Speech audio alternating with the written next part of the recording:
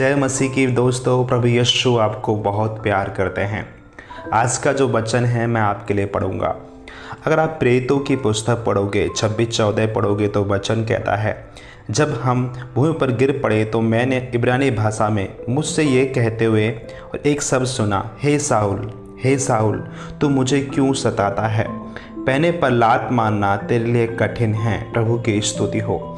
इस घटना को हम सब लोग जानते हैं जिन्होंने बाइबल पढ़ी है, और जिन लोगों ने बाइबल नहीं पढ़ी है मैं उनके लिए बताना चाहता हूँ कि एक साउल नाम का एक व्यक्ति था जो मसीही लोगों को सता रहा था बुरी तरीके से।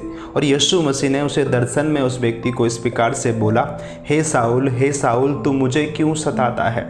यहाँ यीशु मसीह ऐसे नहीं बोल रहे थे, हे साउल तू मेरे लोगों को क्यों सताता है। यहाँ यीशु बोल रहे थे, तू मुझे क्यों सताता है। तो यहाँ एक सवाल उठता है, आखिर यीशु मसीह उसे इस प्रकार से क्यों बोल रहे थे। इसके लिए मैं आपके लिए एक वचन पढ़ूंगा। अगर आप रोमियो की पुस्तक पढ़ोगे 12:5 पढ़ोगे तो वचन कहता है, वैसे ही हम जो बहुत हैं मसीह में एक देह होकर आपस में एक दूसरे के अंग हैं। प्रभु की स्तुति हो। यह वचन बोल रहा है कि जो हम मसीह हैं वो मसीह के देह के अंग हैं। प्रभु की स्तुति हो।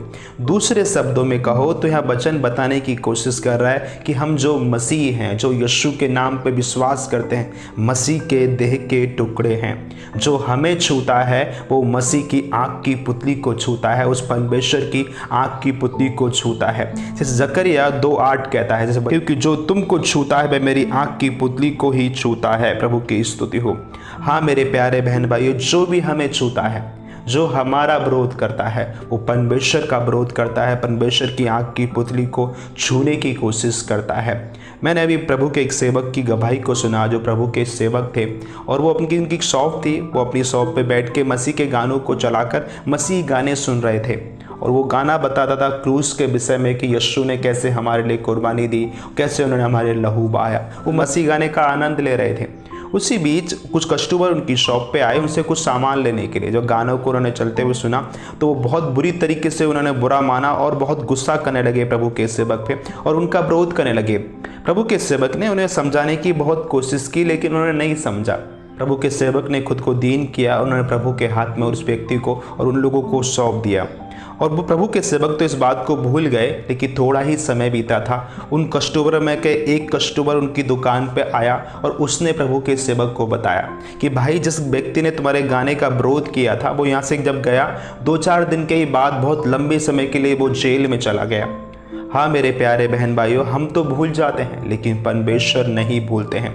जो कोई मसीह लोगों को, प्रभु के सेवकों को बिन्याई में कोई जब व्यक्ति सताता है तो परमेश्वर भूलते नहीं हैं। या तो उस व्यक्ति को बदल देंगे, उससे इतनी सेवा लेंगे जैसे पौलुस से सेवा ली बहुतायत से, और नहीं तो उस व्यक्ति का ऐसा हाल करते हैं कि वो कभी भी किसी मसीह व्यक्ति को नहीं सताएगा, और बाकी लोग भी जो उसके साथ में होके ऐसे मसीह लोगों को सताते हैं उनके भी कान खड़े हो जाएं।